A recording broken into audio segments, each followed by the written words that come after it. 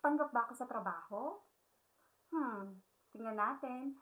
Hello everyone! Good morning, good afternoon, good evening sa ating lahat. My name is Sai and you're watching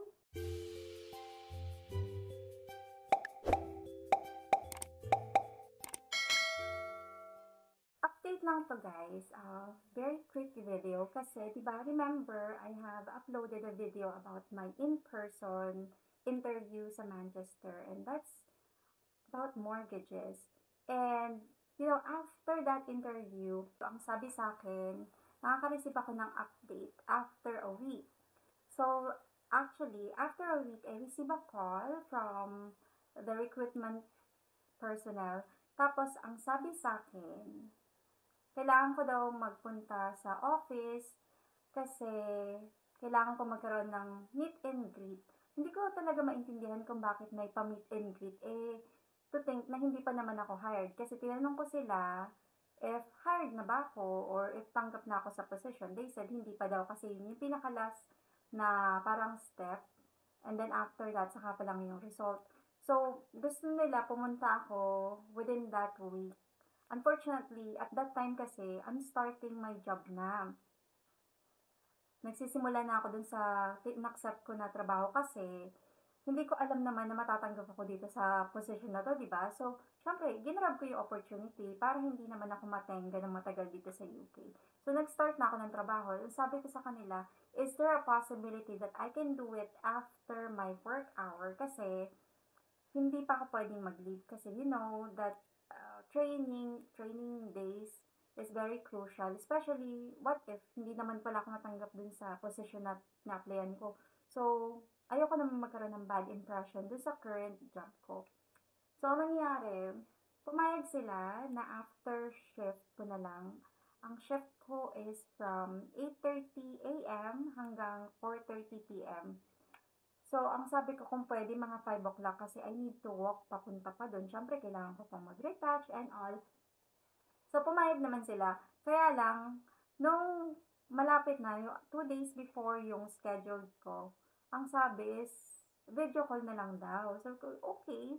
So, ang nangyari, pagka-out ko ng office, ng aking current work, naghanap ako ng cafe. Kasi, hindi ko naman siya pwedeng gawin, di ba? Dun sa current employer ko. Nakakahiya naman kung gagamit ako ng conference room tapos for job interview.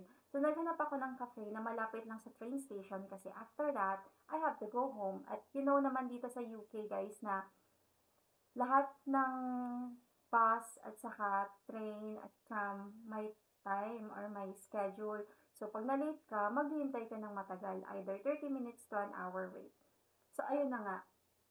Na-meet ko yung manager at saka if I'm not mistaken, the manager tapos yung mas mataas pa doon sa manager, I think it's the second level manager. So, akala ko naman, mamimit ko din yung mga team. So, parang ako and the other teams na for final interview, ganun. Hindi, ako lang at saka yung dalawang manager. So, syempre tanong lang ako kung ano yung magiging schedule, paano yung setup and the like. Ang sabi kasi, the schedule will be fixed 9 to 5. Tapos, magkakaroon ng OT pero depende sa'yo kung papayag ka. Kasi, yung job na yon is annual yung salary. So, hindi ako per day. Nakapix siya. At also, this job is only for 12 months.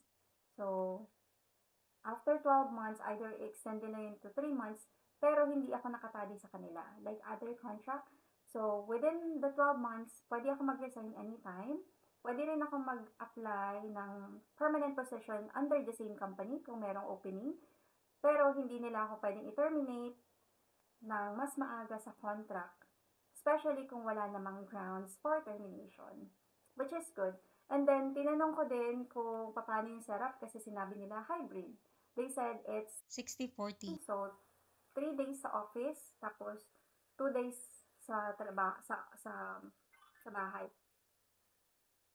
Also, sinabi nila na they will provide a laptop, a single desktop, a mouse, and a keyboard, which is good. Tapos yung mga expectation lang, nagsabi lang sila ng mga expected, yung mga trabaho ko nga. So, ang mangyayari is, completion analyst kasi siya. So, ang mangyayari is, ako yung mag-check ng mga documents if it's already okay. And then, ako din yung magre-request for fund release para mag-proceed yung mortgage. So, after that, sige, nagbabay na. Tapos, naglakad na ako papuntang train station. Tapos, may biglang tumawag sa akin. Diba? Eh, syempre, sinagot ko. Nakasave kasi sa akin yung number nung HR, yung personal number niya, or nung recruiter. So, sinagot ko, sabi ganyan. And then, I asked kung bakit sila tumawag and all. Tapos, sinabi sa akin, I got accepted daw. Imagine, accepted na daw ako dun sa trabaho ko. So, syempre na-shock ang lola mo. Nasa train station ako, hindi ako pwede makapag-react ng yay, ng happy-happy kasi di ba nakakahiya, ang daming tao. So, sabi ko, talaga ba? Okay. Tapos, sinabi sa akin yung offer cash. Natuwa ako dun sa offer. Kaya, sabi ko, oh, go na to, push na. So, mag-start kasi yung job. Di ba, ang saya-saya. I got the job. So, kahit na mayroon akong current na trabaho, nakapaghanap pa rin ako or nakakita pa rin ako ng better opportunity. So, napakaswerte ko talagang nilalang. I'm so happy. I'm so thank you, Lord, sa blessing. Tapos, ang start kasi after a month pa. So, they said, if I would like to continue the job that I have, it's fine. Mag-notify na lang daw ako sa current job ko ng a week before bago ko mag-start sa kanila. So, ayun lang, hindi ko talaga ina-expect na makukuha ako kasi, I don't have any experience here in the UK. But that's it. I hope you like this video. If so, please give it a thumbs up and don't forget to like and subscribe to my channel. Paalam!